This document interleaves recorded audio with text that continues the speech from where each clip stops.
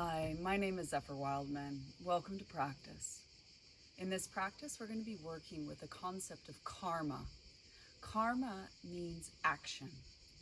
And in our experience of taking action, we start to realize that karma carries a notion that the fruits of our actions come back to us. That idea that we can't escape the consequence of our actions. So every action, there is a reaction. Every choice, there is a consequence, whether it's positive, negative, or neutral. We start to see that the causes of our current situation is actually that experience of everything that has come before us. So really, we are a sum total of all of our choices. We are a sum total of all of the choices that we have ever taken. And this idea of this kind of philosophy stemming from the kind of yogic and Buddhist philosophy of expressing that there was many lifetimes our soul has been reincarnated in, and whether you believe it or not, or whether you experience it or not, it's besides the point. However, we start to acknowledge that what we're working through in this lifetime sometimes feels like it's not ours. It might be genetics. It might be our family lineage of stuff that is kind of carried over in our DNA as we work through it. So that idea that our goal of yoga really is to look towards the end of our life and reflect on our life and ask ourselves just three things. How well we have lived in this lifetime, how well and how deep we have loved in this lifetime, and how well have we learned how to accept life as it is and let go. So in the teachings, we actually experience three types of karma. And this is the idea of we can kind of take it from the Bhagavad Gita, one of the texts in which we receive a lot of information from, and we practice with. So the idea of the three types of karma really is a symbolic way in which we embody Arjuna from the Bhagavad Gita, the skillful archer. And we are seen as these adhikaras, these competent students in which we put into practice all these principles, and we refine through practice, abhyasa, that focused, diligent practice, in our ability to really surrender to the karmas and make better choices as we proceed forward. So the three types of karma are active karma, which is prarabdha karma. We have dormant karma, which is sanchita karma, and we have potential karma, which is called kriyamana karma. Now, active karma is likened, if you are the archer and you have a bow and arrow, is the arrow in your bow the present choice in which you're choosing to release, and whether it hits the target of the end goal or misses it. And again, that idea is you can see that kind of parallel and or symbolic way in which if we hit the target, all good. If we miss the target, it's that practice of making amends, apologizing, cleaning up our mess of our choices that created either harm or some kind of fallout in which we actually need to take responsibility and accountability for. But there's also arrows that have been already shot. The idea that this is the concept of fate, destiny, that it's said in the philosophy that our soul chose this lifetime. It chose the parents, it chose the culture, it chose the era, it chose to be born and work through certain things in this lifetime, in this vessel. So that idea that active karma, the arrows that have already been flung towards that target, are choices that have not happened in this lifetime. It was previous lifetimes that needed to actually follow through. So we have this sense of fate and destiny, but we can shape it by actually refining the archer, the ability to connect to wise discernment, that viveka shakti, and judge how to actually skillfully pull the arrow, when to pull it, and actually release it at a time in which is most effective. That idea that, we can choose differently. We can choose whether to react or we can choose to respond. And which one is more skillful, aligned to maybe what our deepest hearts long for? What is our intention? Is it drawing me closer to spirit or drawing me farther away? These conscious choices as we contemplate our present moment. Is this essential? Is this important? Is this going to be useful? This idea of refining the yogi and contemplating actually and listening to a deeper sense of self, that buddhi, that intuitive wisdom body, and creating a connection to discern from right and wrong, real and unreal, true and untrue, and to listen and to refine that sixth sense, or that intuitive sense, in which we become more skillful, not only physically, emotionally, energetically, and mentally, but that sense of connection to what we are, not just who we are, but what we are. So we practice yoga, we practice pranayama, meditation, we practice these techniques to refine our present embodiment. Now, dormant karma is sanchita karma, and these are the arrows in the quiver. And these arrows, as we pull them out, can take the shape of the 4-year-old self that wants to throw a tantrum. It could be a 16-year-old self of punishing by withholding the love and being stubborn and shut down. Or it could be a 20-year-old self where we just want to go out to the pub, drink our face off, and go home with anybody who pays attention to us to deal with our problems. Or it could be the current self, in which we are refined in our maturity and practice, and in which we are making better choices to suit our needs today and connected to the end goal. So these arrows can also be a very interesting one to work with, because as we consciously work with our present moment and processing certain things, we start to see that it's not just a persona or a character type of an age development. It's also, when we get triggered, we reach for our go-to rasa, the essence of emotion, of anger. We reach for judgment or disgust or criticism. We reach for resentment. We reach for sadness. We reach for, fear.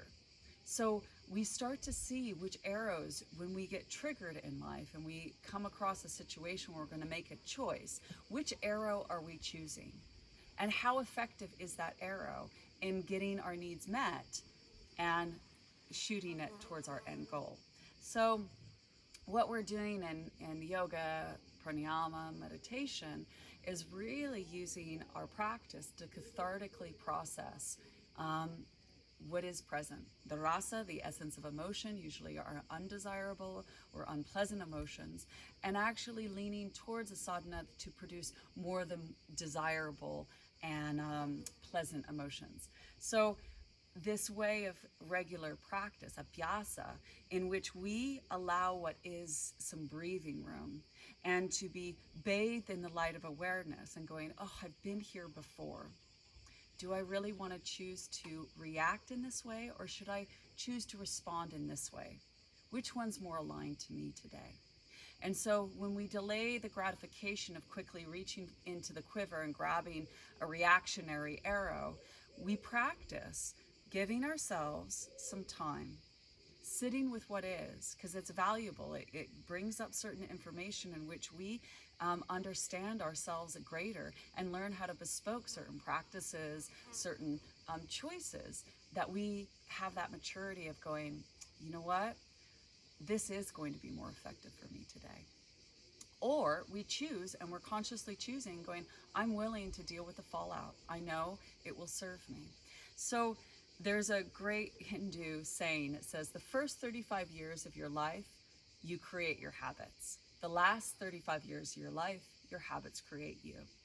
And so that idea that we as the yogi are kind of going against the grain of this kind of routine that formed a habit, and we're actually going, wow, that habit, is it serving me or is it harming me? And so this is the job of the yogi, this is the job of the seeker, this is the job of, the practitioner, is that we use not only yoga, but loads of different mediums in which we have the ability to self-reflect and take responsibility, accountability, and to choose better, so we can actually move forward in really enjoying our life, being touched by that natural joy of being alive, of falling back in love with our embodiment and others around us, and actually starting to let go of that which doesn't serve us. So that idea of dormant karma, sanchita karma, becomes very useful in our ability to become more skillful as a yogi. Now, the kriyamana karma, which is the potential karma, is the arrowheads, sticks, and feathers on the ground that need to be formed. So this is potential karma, and this is the act of actually partaking on a conscious daily practice of choosing on and off our mat to be more conscious, to be more present. And when we start to see which arrows aren't working, we go, well, you know what? We need to make better arrows next time. And so we start to create arrows to better serve us. So when we store them, we can actually remember and go, this arrow serves this purpose. And that's the idea of being skillful, is the skillful means to be able to support you as you grow, as you heal, as you thrive in life. So in today's practice, I'm going to ask us to use a mantra. And mantra is a very important practice in yoga in which it helps stabilizes the mind, but we soak up a meaning, because a lot of the time, the thoughts between our two ears all of a sudden become so noisy that we don't even recognize that we're doing japa, repetition over it. I'm tired, I'm stressed, I'm lonely, I'm hungry, I'm angry. And that becomes our reality. So if we can actually create a mantra in which is more beneficial, again, that choosing consciously an arrow, and remembering arrows are weapons and they're made for a purpose.